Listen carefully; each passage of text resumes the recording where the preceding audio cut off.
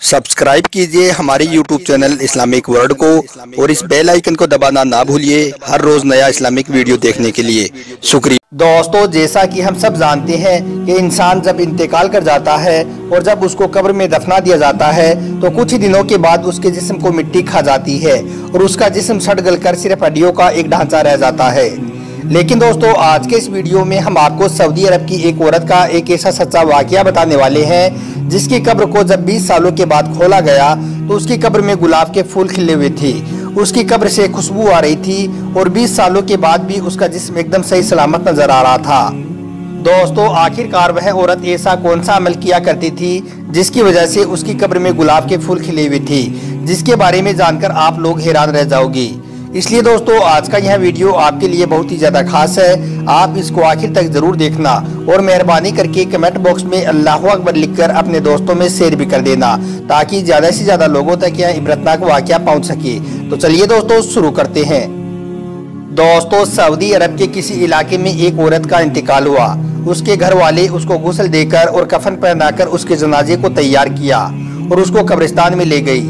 जब उसके लिए कब्र खोदी गई तो अचानक उसके पास वाली कब्र का कुछ हिस्सा खुल गया तो लोग उसको देखकर हैरान रह जाते हैं, क्योंकि दोस्तों लोगों ने देखा कि उस पास वाली कब्र में गुलाब के फूल खिले हुए थे, उस कब्र से खुशबू आ रही थी और उसकी कब्र में रोशनी चमक रही थी, उसका जिस्म बिल्कुल सही सलामत नजर आ रहा था। यह देखकर वहां पर मौजूद सारे लोग हैरान रह गए, यह सोचकर कि इस औरत की कब्र में फूल कैसे खिले हुए हैं और इतने सालों के बाद इसका जिस्म सही सलामत कैसे नजर आ रहा है।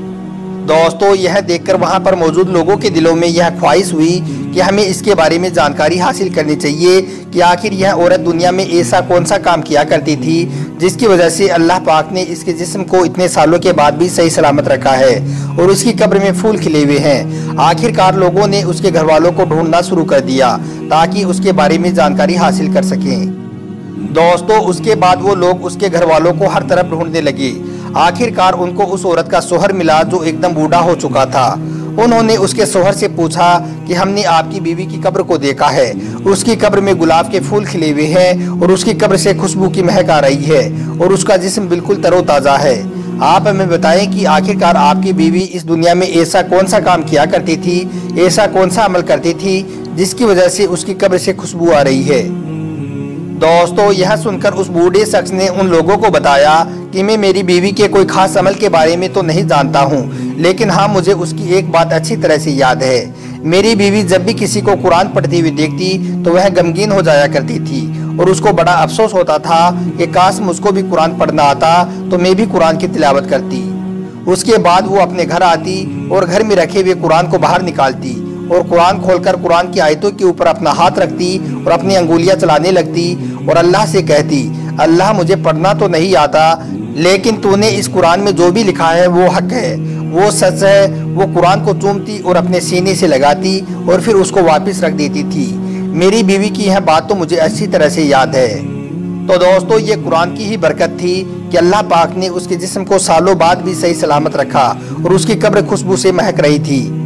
दोस्तों, इस वाक़ये को बताने का हमारा सिर्फ इतना ही मकसद है कि आप इस बात पर गौर करें कि उस औरत को कुरान पढ़ना नहीं आता था, लेकिन वो कुरान का एहतराम किया करती थी और कुरान की इज्जत करने की वजह से उसकी कब्र खुशबू से महक उठी थी। मगर आज हमें तो कुरान पढ़ना भी आता है, फिर भी हम कुरान की तिलावत नहीं कर रहे हैं। तो दोस्तों, अगर आप भी चाहते हो कि आपकी कब्र में भी रोशनी हो जाए तो आप आज से ही कुरान की तिलावत करने की आदत बना लो। इंशाअल्लाह आप भी कामयाब हो जाओगे। अल्लाह से दुआ है कि अल्लाह पाक हमें कुरान का एहतराम करने और कुरान पाक की तिलावत करने की तौफीक अता करे। आमीन, अल्लाहुम्मा आमीन।